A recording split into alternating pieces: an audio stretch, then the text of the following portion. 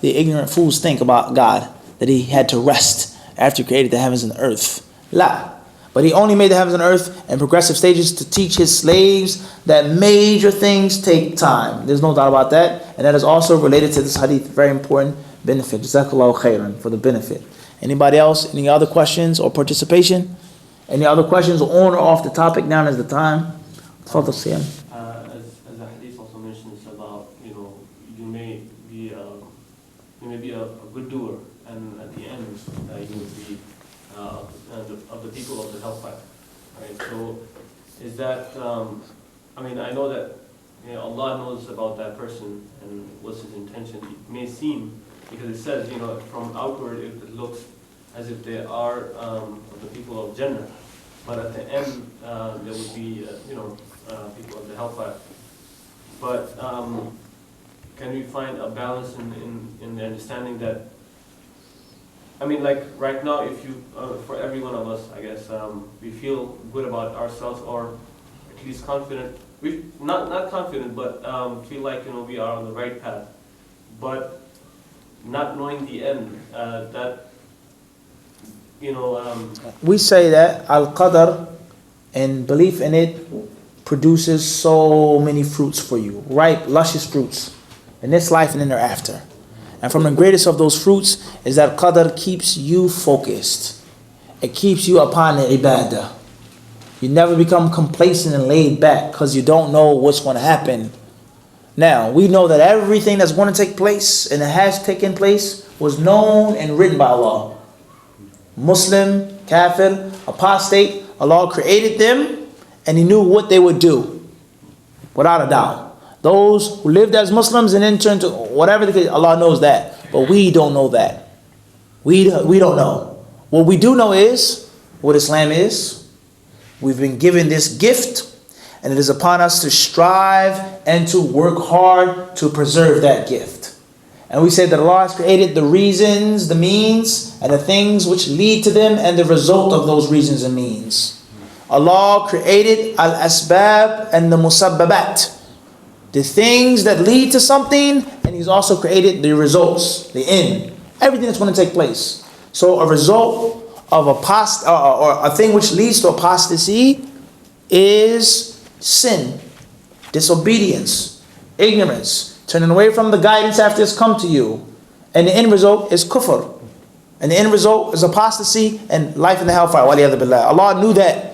That was decreed, that was created. Allah knows what to do with His slaves, and He's not oppressive to His slaves. He made some for the paradise, and He made some for the fire. This is the reality. Everybody understand this? This is the reality, but we don't know. We don't know. So a non-Muslim may say, well, is everybody going to go to hell who isn't a Muslim? What about the people who don't know about Islam? What about these people? What about? We say, do you know about Islam right now? You're talking to me about Islam right now. You know. Conversation over.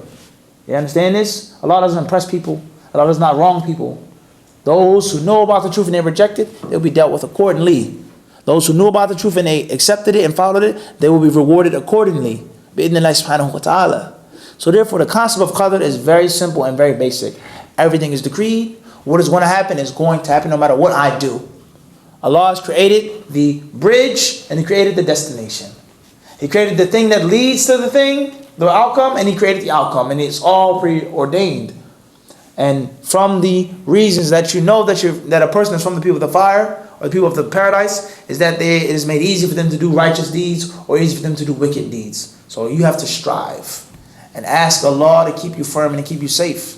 That connection to Allah, keeping your heart with Allah, is a great fruit of belief in the qadr, because you don't know what's going to happen. And that's what I say, may Allah keep us firm upon Islam. We don't know. We have to strive and keep working hard. So there's always a balance. Allah is giving you free will. Allah is giving you a mind. Allah is giving you the option and the ability to think and to choose.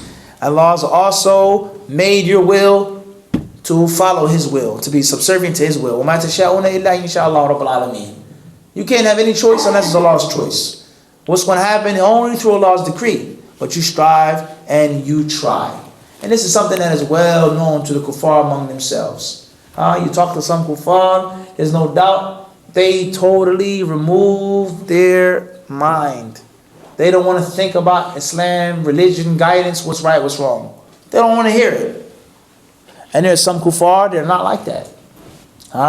There's some kuffar who know that you should try to work your hardest, try your best. And if it doesn't work out for you, you say, wasn't written for you. Simple concept. Simple, easy concept. There are things that are written, we don't know what was written.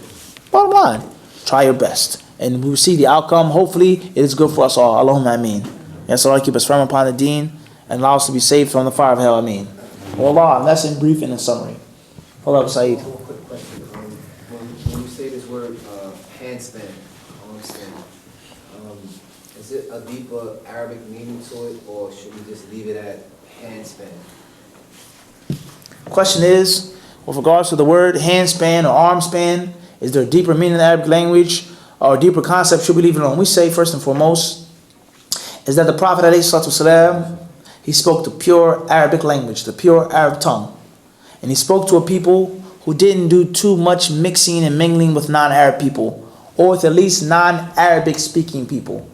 And that's a concept in itself. What makes a person an Arab? What makes a person a non-Arab? What is the defining line of the difference between Arab and non-Arab? Is it tongue, blood, lineage, culture, etc.? Is someone from Sudan or Ethiopia or Mali, are they considered to be Arabs? Someone from Morocco, Algeria, Saudi, Yemen, who's an Arab, who's not an Arab? The concept is that the Sahaba, without any doubt, they were people who didn't do too much, we said too much mingling with people who didn't have the pure Arabic tongue. Whether they were from this country or that country or this background. They were people of the pure, organic Arabic tongue. So they knew what the Prophet ﷺ was saying, and they understood his words.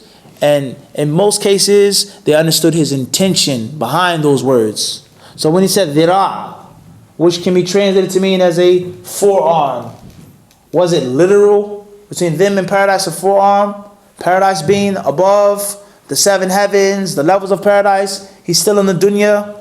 Was it figurative? Was it a metaphor?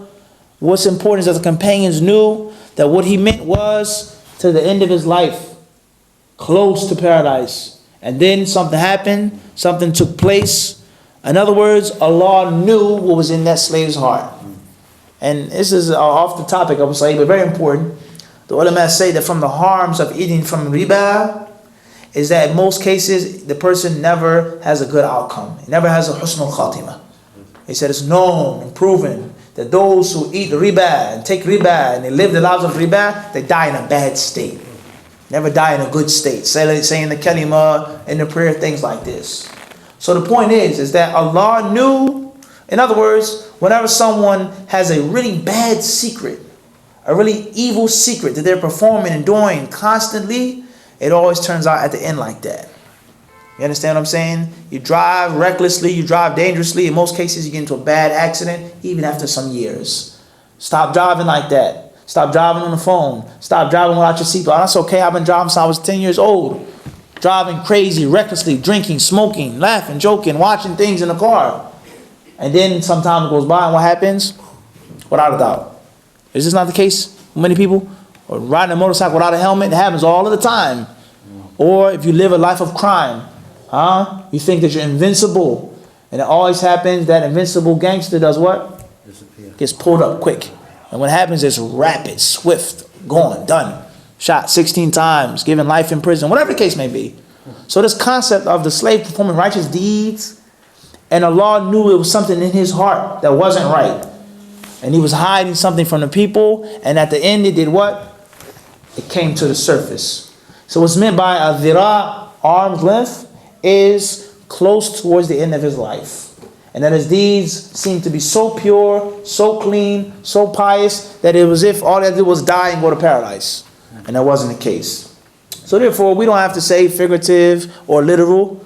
We don't even have to use those terms. Haqiqa and majaz. Is it haqiqa and majaz? We say that huwa ala zahirihi is in its outward manifest meaning. And then the word arm span or hand span is the style of the people. I was this close to doing this. I was that close. Were you really that close? You don't have to say figuratively because it's already understood and what's meant by that close. Wallahu ta'ala alam. And perhaps we would say that the Prophet said dhira', he said an arm span to show how close and how much the deeds seemed to be so pleasing to Allah, but they really weren't. He could have said clothes, life. He said arm span. To Jannah? That's a severe, or that's a very high style of eloquence to show you the danger of it. Wallahu alam. And also, another benefit we take from this hadith is never lose hope in Allah's mercy. Never lose hope in Allah's mercy. Rather, it is a major sin to lose hope in Allah's rahmah. So no matter what you're doing, no matter how many sins are piled up and stacked on your back, never lose hope, never give up. And know for sure that Allah's mercy is greater than any sin that you could commit. So it has to be a balance. Wallahu alam. Tafadhal. One question. What about with dealing with qadar, right? What would be the situation of a person who never heard about Islam? Question says, what about a person who never heard about Islam? We say the answer is in the Quran al-Kareem. Allah says in the 17th chapter, the chapter of the night journey, وَمَا كُنَّا مُعَذِّبِينَ حَتَّى نَبْعَثَ رَسُولًا. In this verse Allah says, وَلَا تَزِرُ وَازِرَةٌ وِزْرَ أُخْرَى وَمَا كُنَّا مُعَذِّبِينَ حَتَّى نَبْعَثَ رَسُولًا. Allah says, and no soul, no wazira, no bearer of burdens will bear the burden of another. No one is going to be responsible for someone else's sin, someone else's responsibility. That's a major Islamic principle in itself. Then Allah says, وَمَا كُنَّا مُعَذِّبِينَ. We never punish a people until نَبْعَثَ رَسُولًا, until we dispatch a messenger. So this verse proves Allah does not destroy people until a messenger was sent to them. So those who never heard about Islam, they never knew nothing about the deen, about the oneness of Allah, their affairs with Allah subhanahu wa ta'ala. And these people, they may have different stages, and they may have different titles and different terms. Sometimes we may call them Ahlul Fitra, or sometimes we may call them Awladul Mushrikeen, children of the polytheists. What happens when a 6-year-old dies? Does he go to paradise or hell? He wasn't in an Islamic household. His family members taught him or her that Jesus Christ is Lord, or Jesus Christ is God, because that's a concept in itself. What do the Christians mean when they say Lord? Okay, do the Christians mean when they say Jesus is Lord that he's God, or do they mean he is a messenger of God and someone who's, that's a whole concept in itself. Al-Muhim, his fitra was distorted. He's 6 years old, but he's not of age. Does he go to the hellfire or does he go to the paradise? The children of the mushrikeen, where do they go? Those who died between the times of the prophets and the messengers. Those who passed away, who perished in a place that was far and remote from the television, from the satellite dish. They didn't know anything about Islam. And they thought that what they were doing was good. And they were raised upon the culture and the religion of their forefathers. But what happened to them? We say Allah doesn't punish the people until He sends them a messenger. So those who have not received the message, who do not know about the message of Islam, their affairs with Allah on the Day of Judgment. And there are different views among the ulama. Some of the ulama say that the children of the mushrikeen will be the servants of paradise and they won't go to the hellfire. Some of the ulama of Islam say the children of the mushrikeen will go with their parents. Some of the ulama of Islam say the children of the mushrikeen will be resurrected and they will be presented, or the Islam will be presented to them. If they accept it, they'll go to paradise, and if they don't, they'll go to the hellfire. And similar is the case with regards to people who didn't hear about the deen. They'll be resurrected, and Allah will give them the chance for guidance or misguidance, and they will accept it or reject it, and that is also decreed. That's also qadr. But they also have the free will and the minds to think Allah is never oppressive. وَلَا يَظْلِمُ رَبُّكَ أَحَدًا. Allah oppresses no one. And look at the next verse in that surah. Allah subhanahu wa ta'ala says, وَإِذَا أَرَادْنَا أَن نُهْلِكَ قَرْيَةً أَمَرْنَا مُتْرَفِيهَا. Allah says that when we wish to destroy a town or a village, we order the people of luxury and wealth. We tell them to do something. فَفَسَقُوا فِيهَا. And they disobey our command. فَحَقَ عَلَيْهَا الْقَوْلُ. And the statement proves true. فَدَمَّرْنَاهَا تَدْمِيرًا. Allah says, and we totally wipe them out. We totally eliminate them. So this verse is attached to the previous verse. It's all one concept. No oppression, no wrongdoing, no tyranny. Allah only destroys and sends His wrath when they disobey, when they reject. Wallahu a'lam. Now, recently I have a friend that just reverted to Islam. Is it, as soon as he learns the Fatiha, is it mandatory for him to pray? Question says, I have a friend. Nothing else. Huh? And he knows nothing else. Type. Question says, when a person reverts to Islam, is it mandatory for them after they learn the Fatiha to pray? We say no. We say it's mandatory for them to pray before they learn the Fatiha. They have to pray as soon as they become a Muslim, even if the only thing they can do is stand up and mimic the movements. Copycat the Muslims, they must offer the Salah. If the only thing they know is Allah, that's the only thing they do, or Allahu Akbar, or Alhamdulillah, or Subhanallah, they have to pray. They must pray. It's an obligation for them to offer the Salah. Wallahu alam. One question. In relation, you said that the angels are like physical, right? Now, what about the jinns? Question says, are the or with regards to the angels being physical, what about the jinn? We say there lies no doubt. There are ayat and there are hadith that prove that the jinn as well are physical. From their creation, smokeless fire, okay, the jinn being grabbed, jinn taking on forms of other animals, alright, different things, the jinn eating things, the jinn having animals, riding beasts. All of these things that are mentioned in these ahadith prove that the jinn as well have what? Physical bodies, physical forms. Sulaiman alayhi salam, kulla banna'in wa ghawwas. Allah says we gave Solomon all of these type of shayateen who did things in front of him. Some of them were builders and constructors, others were divers. Shayateen, without doubt. What's meant by the shayateen is a benefit for us, the jinn. Okay? Yani, in other words, Umar, we say what? Evil jinn or? That we're going to get to right now. We have different concepts. All lined up like this. Jinn, shaitan, ifrit, married, evil jinn, rebellious jinn, so on and so forth. There's a general terminology, shayateen. There's a general terminology of jinn. Sometimes the word shaitan is mentioned, it's meant by a jinn. Sometimes the word shaitan is mentioned as Iblis himself. Allah's curse upon him, himself. Nafsuhu. You understand this? But in general, the general rule, as some of the ulama say, that the jinn are offspring of Iblis. They say you're what? Offspring of Iblis. There are some jinn who are pious and righteous, and there are some jinn who are evil. And sometimes the word shayateen, Solomon's jinn, were all of the jinn with Solomon, were they evil? Kuffar, disbelievers? Allah tells about Sulaiman and tells about the ifrit, qala ifritu min al-jinn.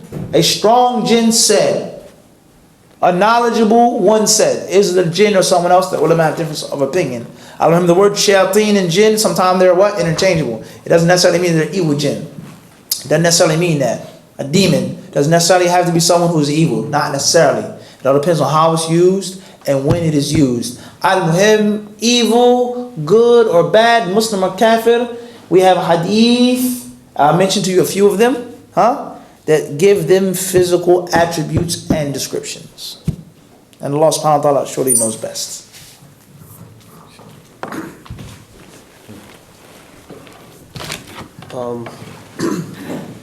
Just a quick announcement.